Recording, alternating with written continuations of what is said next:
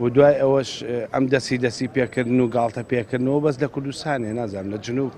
لەبارەی بەنزینەوە عینەشتەیە کێشەی نییە لەبارەی نەوتەوە کێشەی نییە لەبارەی موچەوە هیچ کێشەیەکی نییە بە حساب هەموو پارەکەشێ بۆ ئێرە هەر عێراقیشە نازانم بۆ جایەکەنەوە بۆ لێرە ئەجزرێ و ئەخورێ و گومە بێ و پارێ نامێنەیە لەوێ بۆ وای لێنایە هۆی چییە؟ بعض جاریش قساکەن خۆم بە حساب ڕێزمەیە با نەچێتە بابێەوەشەوە شیع و سونە خوان بە زۆری شیعشن و ئێمە سونەشین و بە حساب ئێمە مسلمانەتەکەمان زۆر لەوان باشتریشەوە ئەوایە زۆر لەوان دەستپاکتر بوون زۆر چووکەکەم خۆتانە زانن وەکو شیع ڕێزمەیە قبول نییە و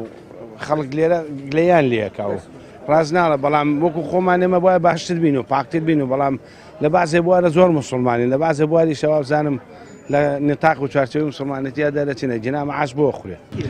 بێگومان خەتای حکومەت دەسەڵاتدارانی خۆمان ئەوەی من جارە هەر نانین حکومەت نانین دوو حیزب یان دوو کۆمپانیا خەتای ئەوانە باشە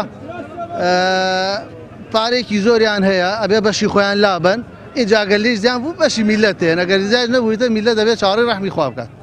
بەپی راپۆرتە نێودەڵەکان هەمویان بینی کە کۆمەڵە پارەی زۆریان لە وڵاتانە لە بانکەکانە یان لە پرۆژەیان لە ئیشە لە بزنسایە بۆ نایەنەوە مەسەلەن میلەتی خۆیانی پێبژێنن ئەبێت جارە خەمی خۆیانە باشە بۆ کوڕا و کوڕیانتە ئەبێت تا قەرەی قیامەت هەر ئەوان بیخۆن خەمی ئەوانە باوەڕێ بەس داهاتی وەزارەتی ناوخۆ بە هاتوچۆکانەوە بڕۆن یەک راپۆرتی لەسەرکەن بەس بەشی ئەوە کە 120 میلیارد بنێرێت ئەو لە بەرامبەر 900 میلیارد قسوور وەرگرە باشە بۆ نایکا نازانین میلەتە خەتابانە بەس ئەی بۆ قبوڵیەکەن ئەی بۆ قبوڵیەکەن ساڵێ دوو ساڵ هاکاکە بەڵام وەڵڵاهی خۆی ڕێیسەکە ئەوانە بەڵامەکە میلەتەکە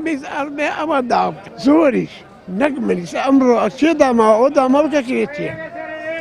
ئەوە داماو کەسی چۆتە لەبێ هەیە هەرە بە قورعان وەکرە مثل خانە نشێنیم سێ مانگە معاشمان نەرتووە وەڵا خەتاگە هەرم حکومەتۆم حیزبانەی ناچیتر بێ لەمە زیاتر من خۆم خەڵکی پێنجێنمە و داهاتە یعنی لە پێنجێن ئادەسەگەوە لە هیچ شوێنێترا دەست ناکەوێت وانە تەنها هەر بە مەرزەکانی پێنجێ معاشی هەموو کوردستان بە هەر بە داهاتی و دوو مەرزە ئەمە خەتاکە لەمانەوەیە ئەگنا حکومەت عێراقی هیچ خەتایەکی نییە لەمە چۆن پارە نییە ئەی ئەم هەموو داهات و نەوت و تەنکەرەکە ئەڕوا هەر حکومەت نایبە حکومەت نایفرۆشێ 120 میلیارد چییە و حکومەتێکی ئەو هەموو سامانی هەبێ وڵاتی وا هەیە بە 3 میلیارد دلار 10 میلیۆن خەڵک بەخێوەکە